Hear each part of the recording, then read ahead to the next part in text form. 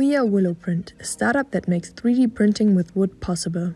We transform materials that were previously only kept as a byproduct and waste of the timber industry into new, useful forms. Before printing takes place, the wood is crushed and sifted in a grinder.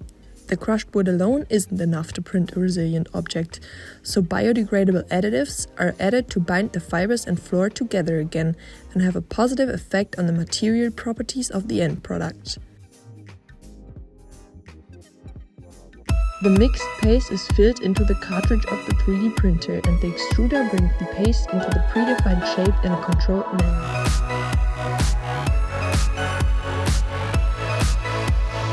Objects such as a chair, a shelf, an arch, and soon a whole house can be printed in this way.